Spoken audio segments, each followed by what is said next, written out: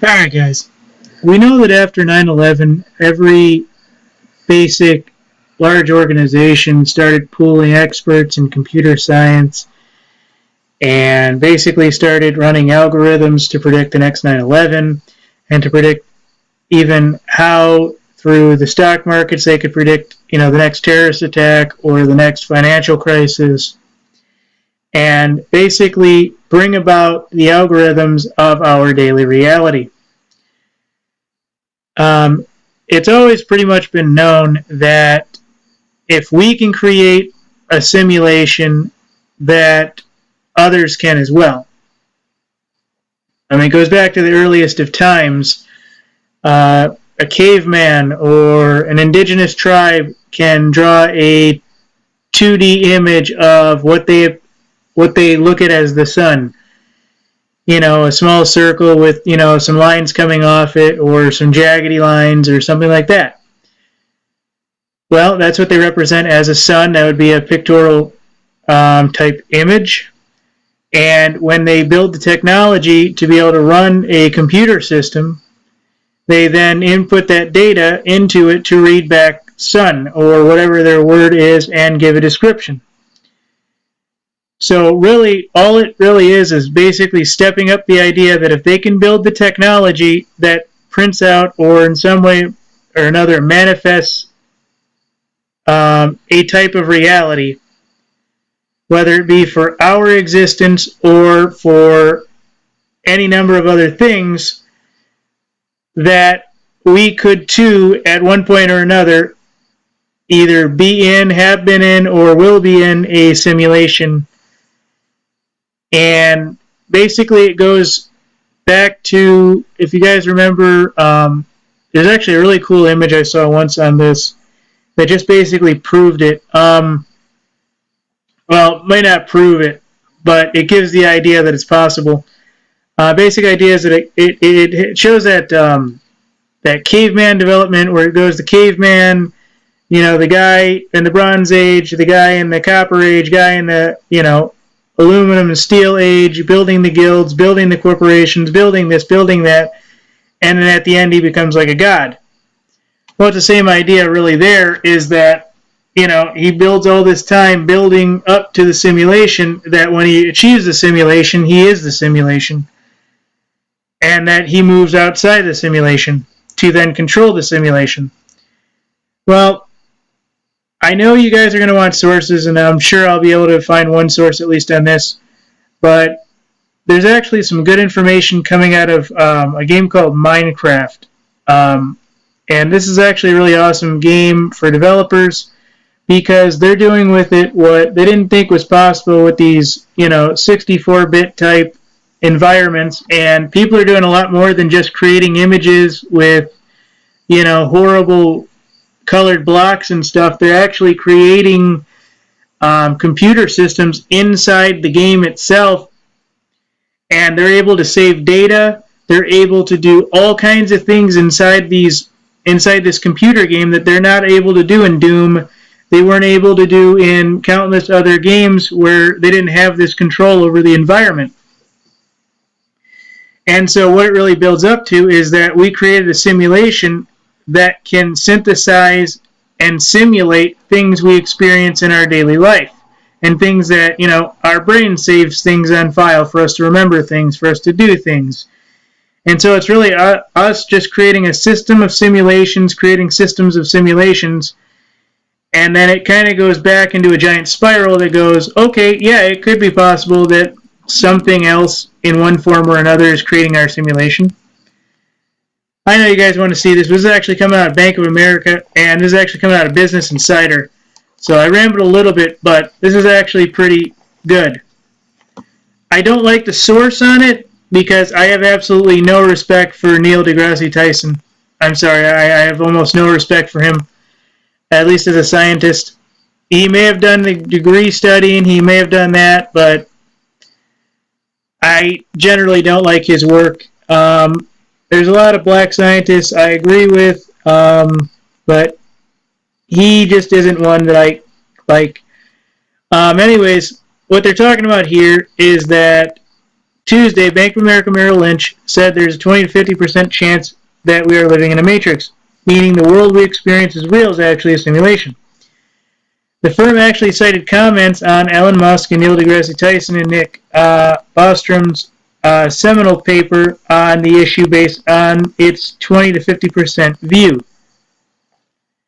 I'm not going to go into this, but I will attach the seminal paper, and I'll kind of go into this a little bit here.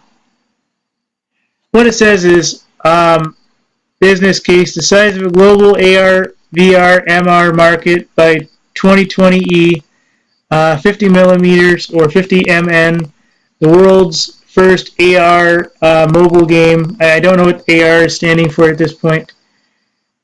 Something reality, I imagine. Gateway device installs like smartphones and various things absolutely, are going to be essential to our reality in 2018, they're claiming, some way or another. So they're going into all these little specs here, and what they're basically coming down to is this 2050 margin, where it says enter the matrix. Probability, we're already living in a simulated virtual world. And it gives all this different stuff, and many scientists, philosophers, and business leaders believe that there's a 20 to 50% chance that humans are already living in a simulated virtual world. April 2016, researchers gathered at the American Museum of Natural History to debate the notion. The argument is that we are already approaching a photorealistic 3D simulation that millions of people can simultaneously participate in, and it is conceivable that with any advancements of its artificial intelligence, virtual reality, and computing power, members of future civilizations could have decided to run a simulation of their ancestors, or in some way or another create a system based off of their needs of understanding what I believe to be how existence actually exists in their world. And they're doing this on so many different levels that they're now basically looking at every instant in civilization and every little variable that they can, and somewhere or another it's all being written down and clocked. Now, I don't happen to believe this for my own reasoning, because I don't believe that such a thing would exist and be able to stay constantly in focus. However, if you get into the quantum mechanics of it and note that we are living in an almost quantum world where quantum computing could actually shape a reality, where it could create a star system and an asteroid, if you will, and start to make various astrological things happen, I guarantee you that that would actually become true at some point. And I guarantee you in a lab environment that they could do this in a warehouse somewhere. It would have to be very, very, very small. But at some point or another, they could create a planet and start to have microbes and various other forms of life take part in this creation, and basically watch it all happen with a micron telescope or something like that. So, and do this all inside a computer that is watching all of this happen with some kind of super computing power that could actually display it, control it, and have it function in our reality and display it digitally as well.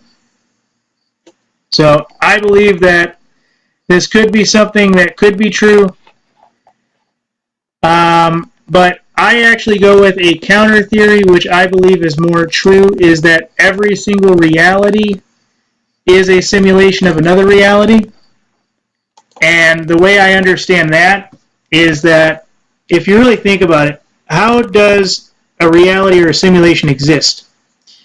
It exists as a simulation. It exists to basically have a form and function of some specific situation or another. In other words, it doesn't exist just to exist. It must exist to take up space for a form and function.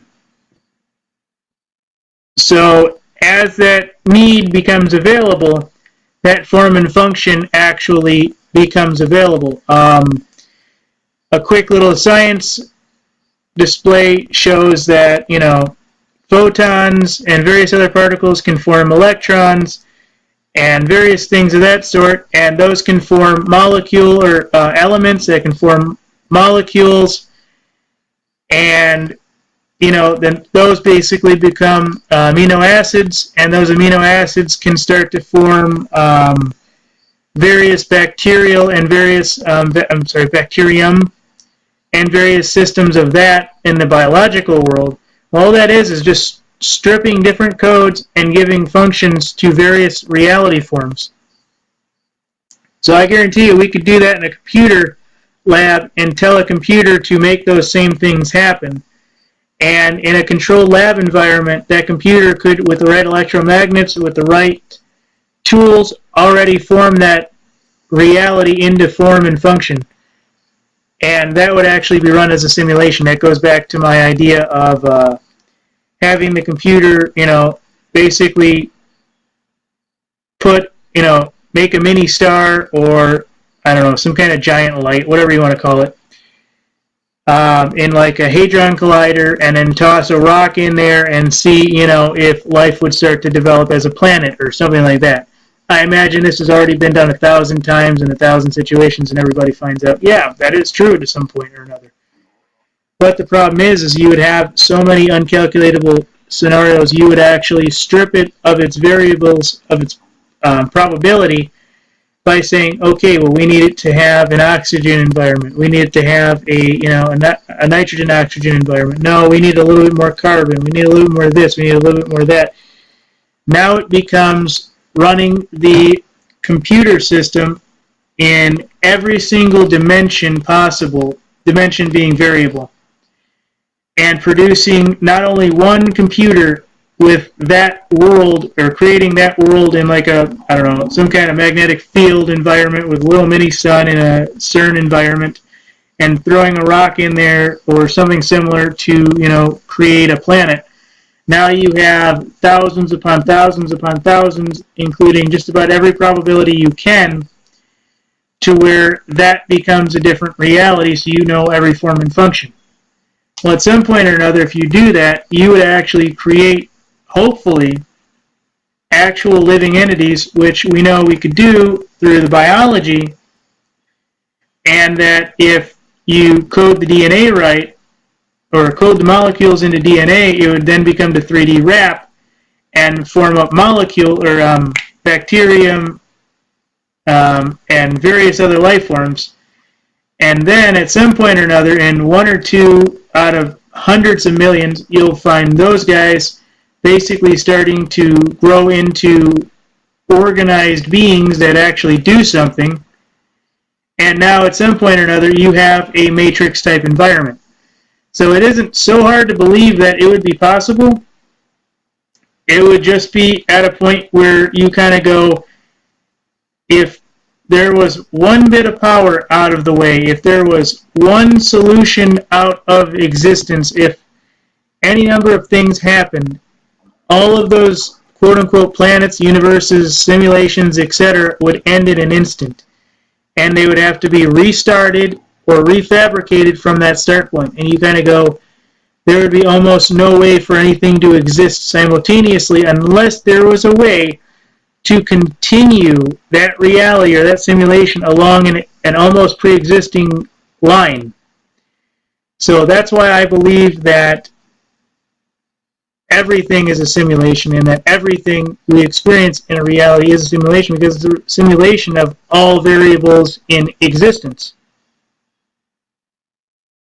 Doesn't mean that it's some alien civilization or some simulation that is foreign. It can be completely real, based on the laws and everything that go down to the various electrons and the various microbial biological works and the physics thereof.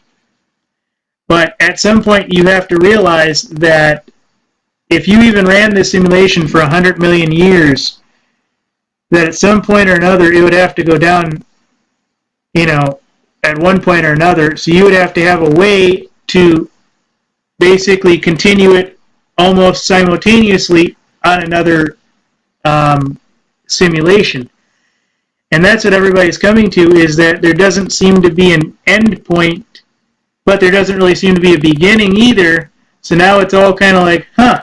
So these guys just keep plotting these points and then moving the simulation along. Well, that's what happens in any reality. You kind of cope with what the disaster was, whether it be a power plant shutdown or something else, and that information doesn't end. You find a solution, you work in the coding and everything else, you find a solution, and then you move it through to another possible simulation. Rebuild the plant, put a dog park there, any number of other things. So this is my view on it. I think it's actually quite good to a point where there is a simulation that is being run on us. However, it is much grander than just somebody's computer. And it exists as one universal property that no doubt goes into infinity small and into infinity large and back up and around, because we can create, and this goes back to the beginning, we can create technology to run simulations, that save data, that do all these other things that we can do with our brains and all our tools around us.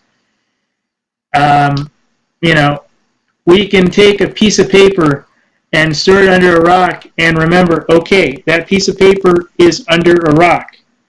Now we can create a computer that says, that's it, that piece of paper is under a rock, and show you, where in that geospatial area that piece of paper is under that rock. That's the same thing with what's being run on us. So Bank of America looks like it might actually be somewhat right. It's right to a large degree, of course, but everything is a simulation. Everything is a simulation. And it's a simulation based on form and function of a needed data stream. And that is why I'm going to put this up on America 2.0 documentaries as well, because it's my understanding that there is a form and function of this universe which plays on a variety of all the elements behavior, all their form and functions, running all the different physics and biology and various things, and basically plotting all the points of their success and failures, and running this reality, this universe, etc., into all the possible directions it possibly can run, so that it can actually be understood as being a reality. Well, how is it a reality? Because we experience it, because we shape it with our everyday. If you were not reading this, you would not know it exists, unless somebody told you about it. Then yes, it would exist if somebody told you about it. But it would only exist to a point at which your interest would be to run it. So I'm trying to give you this as an intro because I really do want to drop that video that there is no save point or no save center in the universe. So by trying to give you this video here, we come to the idea and the identity that everything we see, hear, smell, etc. has a form and function that gives us reality. We know that. And it is part of a greater system of systems that go back to the particle physics, that go back to the biology, that go back to everything else that are both macro and micro, that go back to what is actually keeping this reality going. And I guarantee it's ended hundreds of thousands of times, but there's some kind of a continuation button, that's just a form of speech, of course, where the system, like anything else, doesn't end. It just continues. Everything gets wiped out. Okay, continue. There's a nuclear power plant disaster. That area doesn't go black and not exist anymore. That area still exists. Now we hit rebuild or something else of that sort. And the reason this is a little bit longer and everything is because I really wanted to put this up on America 2.0, because when I saw this, I kind of went, well, can we explain why a bank wants to bring it to our attention that we are living in a simulation? Well, it's because they want to now market reality. Ladies and gentlemen, that's what's actually happening. Pokemon Go, they're marketing reality, folks. In the 1990s, I remember my grandfather complaining about them bottling water, and he says, now watch, you're going to see some kind of situation where they're going to start, telling you the sky is orange or doing this, and they're going to put a visor on you and this and that. And he wasn't really saying they so much or anything like that, but he said, saying basically, everything we see, touch, and taste can be marketed and produced as a reality. I mean, we saw that, Wisconsin made a law where they could actually sell a tax for wind generators. And they can't literally own the wind, but the people in Wisconsin said, well, yes, we can. And places like Nestle said, well, the water really isn't ours, but yes, we can market it. Yes, we can keep it in pools underground where we, drain it from the forest and all the natural areas in California and keep it underground or wherever in the hell they're keeping it. All these things are actually happening. And we're going, that can't be right. There's no way that can actually happen. But we see it every day, and we're starting to see more and more of this part where the reality is starting to change. And it's no more about that is natural and that is technology. It's starting to be, well, holy crap. Now Bank of America is talking about the chance we might be living in a simulation so that they can push technologies that basically probably put you in a simulation. Now, we see this all the time. I mean, this doesn't mean they're going to drug induce you or nothing. It just means that, the militaries around the world are pushing simulation technology, have been for 30, 40, 50 years, just becoming better. Every type of situation is pushing more VR training.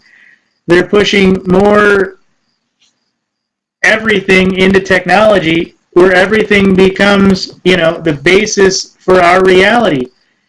And basically a simulation becomes a basis for a simulation. Becomes a basis for a simulation that becomes micro and macro to our everyday existence. And the way that this actually works, and I'll stop at about, you won't see it, but I'm looking at my frames encoded. I'll stop at about 40, hopefully I can get to 41,000 frames. And then I can put this out as an actual documentary for America 2.0 documentary as well. So I'm going to show you this one more time to show you that this actually happened. So there was a 2003 paper which everybody started to kind of go, yeah, this is kind of true. And if the banks, ladies and gentlemen, are starting to look at reality as, okay, well, our reality could be false, so we can market better ones.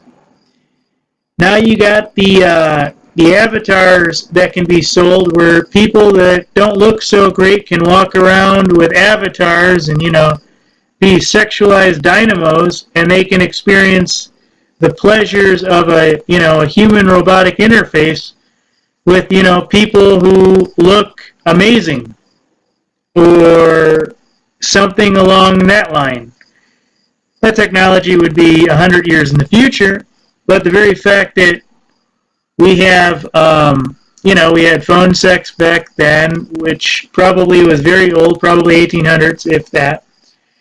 Now we have video sex, and now we'd have, and then that would lead to virtual sex and virtual porn, and then from that point on, you would have an interface that would actually be instantaneous, which would bring the two realities together, and from that interface, you would have something like the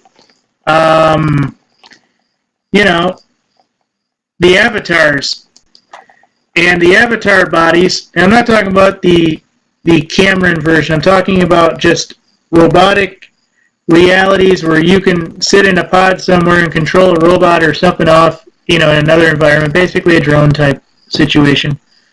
And that's why we're leading up to the drone technology, because the drone technology goes into the avatar technology, which means that becomes where our security robots and stuff, where those big mechs in the old 90s Japanese stuff become a reality, and like the big monster mechs that come out of Alien and various other things. So they're starting to market our reality now. Now they can begin to start selling our reality. Well, if they tell us that everything we are living is a simulation, then in that reality, then it is. So then basically at that point, everything we own, everything we are, every limb, every organ is now null and void and under their control. And they can buy and sell us like cattle, where they can stick holes in us, cut limbs off, and do everything they want, and they can say, don't worry, it's just a simulation. It hurts, but it's just a simulation. And at some point, they can sell entire industries to market this. And this is why Bank of America is starting to go, that sounds like we have a $1 billion market coming. No, it's $1 trillion. No, it's $1 quadrillion. If we can move the phone technology up to where it encompasses our daily lives, which it already has to some degree or another, now we walk around with the internet wired, daily and everything else. Now we experience everything through the internet or through some kind of simulated reality interface. Now we have more and more of this and that. Now we have developed the simulation within the simulation within the simulation within the simulation. And now it just goes back and forth into a circle and a spiral. And at that point, civilizations come and go that create their own simulation within simulations. And this is what it's basically leading to. You see all the VR stuff. You see Pokemon Go. You see how many criminals were made in Pokemon Go. How many people have actually died because of Nintendo's app by itself. Well, how many things do you think would actually happen if they had a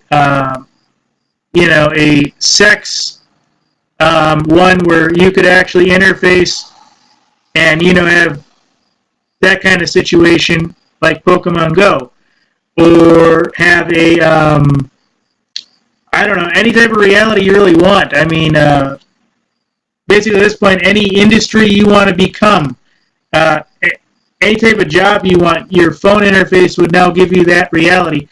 Now you're going into various science fiction realities where they're implanting realities before you, and now you can go through your daily life experiencing that reality rather than just experiencing the simulation. Now you're experiencing it as a reality.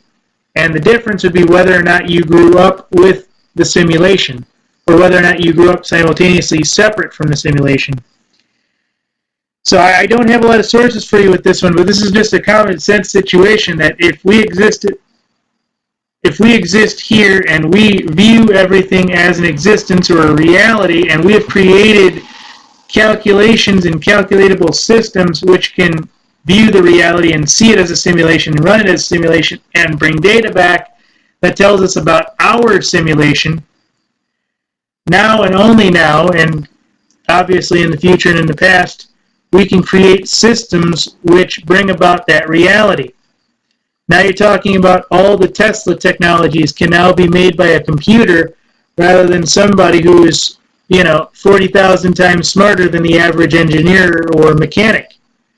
Now you're talking about entire networks of computer systems that will be running simulations that are essentially at one point or another nearly gods in our creation to form up simulations to run our environment for us.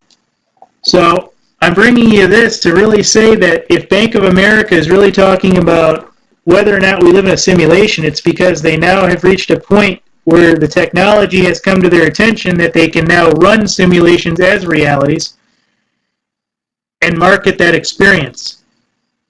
And we have reached that point in technology. Can you imagine, and I remember this being in an episode of Sliders in the 1990s, an entire world where a single company took over and they sold VR headsets. And basically, whatever you wanted to do, that's what you were doing in that reality, but you weren't doing it in this reality. So you would have all kinds of people plugged in who, if they were plugged in from birth or thereabouts, they didn't know how to form and function without that and didn't even understand what it was to not have that simulation up and running.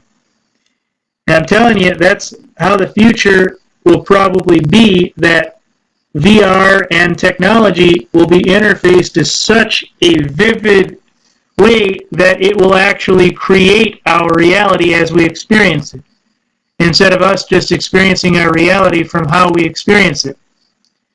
So it'll be very interesting to see why Bank of America and these large companies want to actually now come out and say, well, we just live in a simulation, it's okay.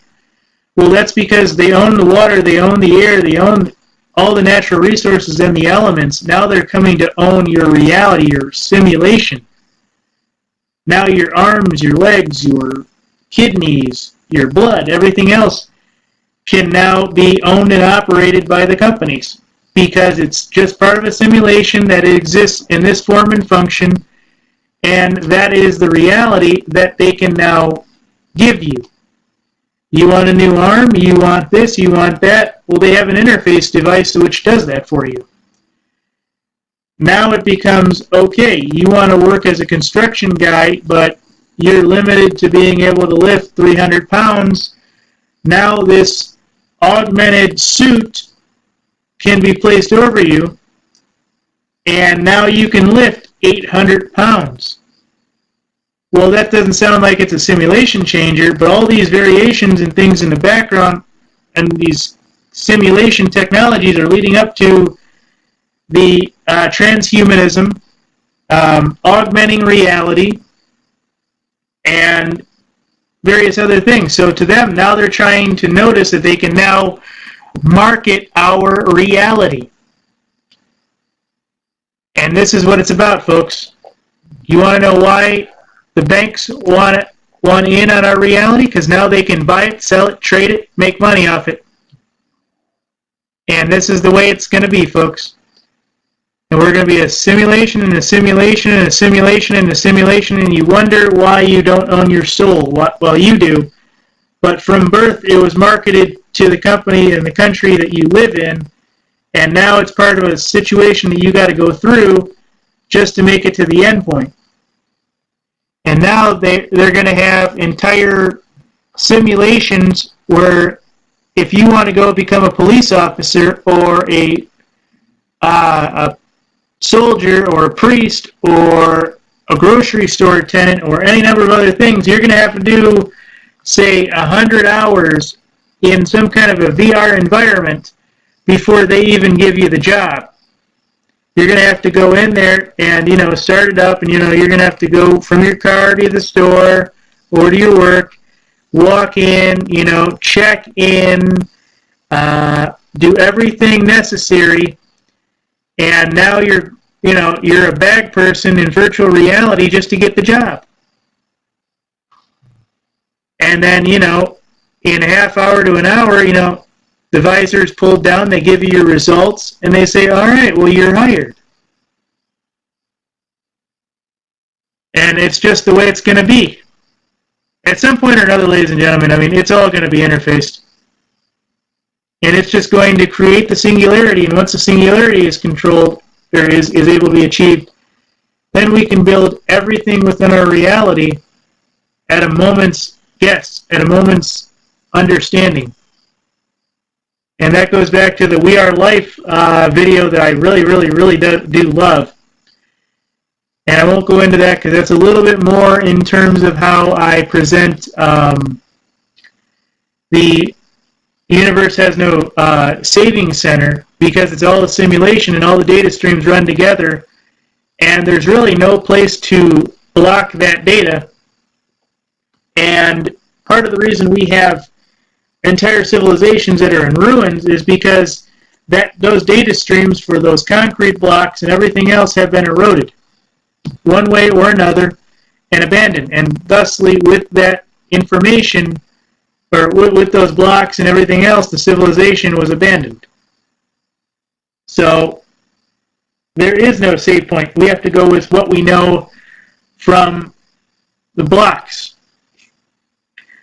So Bank of America says there's a 20 to 50% chance we all live in a simulation. And now they're probably going to use it to start selling more Pokemon Go and more industry-related VR tech that says, look, we do live in a simulation, and this is how we market it, reality. They did it with the water, they did it with the air, they'll do it with everything else. Now they're coming after your very reality. And I guarantee you it's coming. Thank you. To one degree or another, it's already here, I know, and it's been here forever. But it's just one more step in the evolutionary chain. Thank you. Comments on Elon Musk and Neil deGrasse Tyson and Nick Bostrom's seminal paper on the issue based on its 20 to 50% view. I'm not going to go into this, but I will attach the seminal paper, and I'll kind of go into this a little bit here. What it says is, business case, the size of a global AR, VR, MR market by 2020E, 50 millimeters or 50 MN, the world's first AR mobile game. I don't know what AR is standing for at this point. Something reality, I imagine. Gateway device installs like smartphones and various things. Absolutely, are going to be essential to our reality in 2018, they're claiming, some way or another. So they're going into all these little specs here, and what they're basically coming down to is this 2050 margin, where it says enter the matrix. Probability, we're already living in a simulated virtual world, and it gives all this different stuff, and many say, alright guys, we know that after 9/11, every basic large organization started pooling experts in computer science and basically started running algorithms to predict the next 9/11 and to predict even how through the stock markets they could predict, the next terrorist attack or the next financial crisis, and basically bring about the algorithms of our daily reality. It's always pretty much been known that if we can create a simulation, that others can as well. It goes back to the earliest of times. A caveman or an indigenous tribe can draw a 2D image of what they look at as the sun. A small circle with, some lines coming off it, or some jaggedy lines, or something like that. Well, that's what they represent as a sun. That would be a pictorial type image.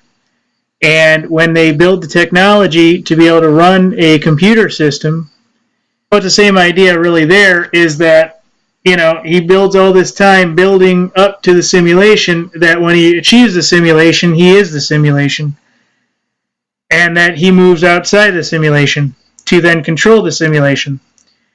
Well, I know you guys are going to want sources, and I'm sure I'll be able to find one source at least on this, but there's actually some good information coming out of a game called Minecraft. And this is actually a really awesome game for developers because they're doing with it what they didn't think was possible with these, 64-bit type environments, and people are doing a lot more than just creating images with, horrible colored blocks and stuff. They're actually creating computer systems inside the game itself, and they're able to save data. They're able to do all kinds of things inside this computer game that they're not able to do in Doom. They weren't able to do in countless other games where they didn't have this control over the environment.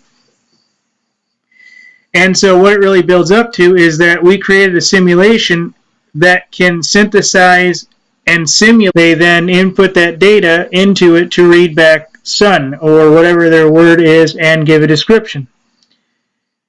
So really, all it really is basically stepping up the idea that if they can build the technology that prints out or in some way or another manifests a type of reality, whether it be for our existence or for any number of other things, that we could too, at one point or another, either be in, have been in, or will be in a simulation. And basically it goes back to, if you guys remember, there's actually a really cool image I saw once on this that just basically proved it. Well, it might not prove it, but it gives the idea that it's possible. Basic idea is that it shows that that caveman development, where it goes the caveman, the guy in the Bronze Age, the guy in the Copper Age, guy in the aluminum and steel age, building the guilds, building the corporations, building this, building that, and then at the end he becomes like a god. Things we experience in our daily life, and things that, our brain saves things on file for us to remember things, for us to do things. And so it's really us just creating a system of simulations, creating systems of simulations, and then it kind of goes back into a giant spiral that goes, okay, yeah, it could be possible that something else in one form or another is creating our simulation. I know you guys want to see this. This is actually coming out of Bank of America, and this is actually coming out of Business Insider. So I rambled a little bit, but this is actually pretty good. I don't like the source on it because I have absolutely no respect for Neil deGrasse Tyson. I'm sorry, I have almost no respect for him, at least as a scientist. He may have done the degree studying, he may have done that, but I generally don't like his work. There's a lot of black scientists I agree with, but he just isn't one that I like. Anyways, what they're talking about here is that Tuesday, Bank of America Merrill Lynch said there's a 20 to 50% chance that we are living in a matrix, meaning the world we experience as real is actually a simulation. The firm actually